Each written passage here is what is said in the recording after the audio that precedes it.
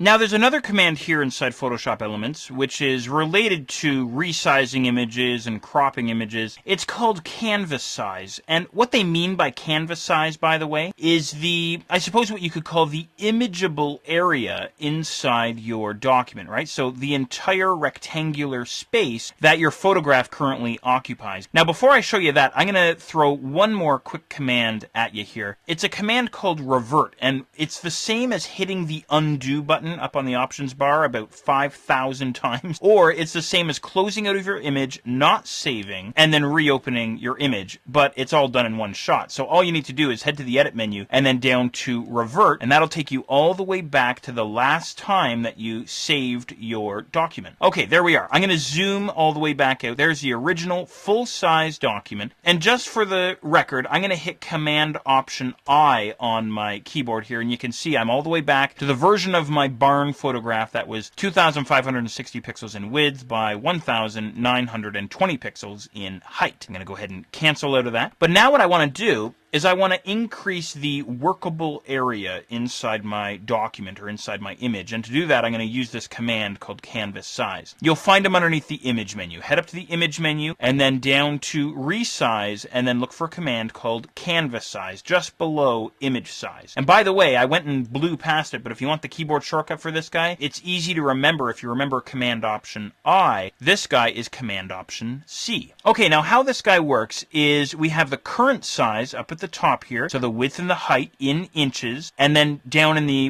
bottom half, or the second half of the dialog box, we have the new size, and the new size right now as it stands is the same as the current size, or the original size. But I could say, you know, alright, I want to increase the workable area inside my image by, let's say, about 5 inches. So I'll increase the width of my document here to 40 inches, and maybe I'll do something similar for the height, about 5 inches or so. I'm kind of rounding off here just for simplicity, but I'll increase my height to 30 inches, just like that. Now, how this works is we have this anchor area down towards the bottom, and this sort of dark square here represents your barn. Pretend that your barn is in there. So in other words, what I'm doing is I'm adding approximately 5 inches both above and below the barn photo and to the left and right. Now, I'm not adding exactly 5 inches above and below. It would be the total height that I've added on there divided by the top and bottom, if that makes sense. And same with the left and right. So if I add on 5 inches, I'm going to get 2.5 inches on the left and 2.5 inches on the right. All right, we're looking good here. The canvas extension color, what color would you like to use? Well, right now it's set to background. That's the background color that we have set down at the bottom of our toolbox. We have a little color area here, and we have a foreground color there, which is blue for myself right now, and white for the background color. So that's where it's getting the white color swatch, this fella here.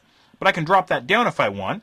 And I could say, no, use the foreground color, or use white, or black, or gray, or some other color, right? Now, if you want to use another color, go ahead and click on that other option, and you wind up inside this fellow, which is Photoshop's color picker window, and you can drag this little triangle slider all the way up this ramp here, and you can go and find a color inside this main picker area. Anyway, I'm going to go with sort of this sort of minty green color there. I just came from the dentist, so I'm feeling very minty, and I'll go ahead and click on OK, and then OK one more time. Now, two things are going to happen here. First of all, the extension happens inside my imageable area, both above and below my barn photograph and to the left and right. And the second thing that happens is the image gets filled with the minty green color, which is great. Now, maybe that's not exactly what I want, so I'm going to go ahead and click on undo. And what I'll do instead is I'll head back into the canvas size dialog box. Remember, it was Command Option C. And I'll go and throw in the same numbers that I had just a moment ago, 40 inches for the width, and let's see, we'll do 30 inches for the height. And rather than going with minty green, let's just go with white. And I'll go ahead and click on OK, and you get this border happening now around your image.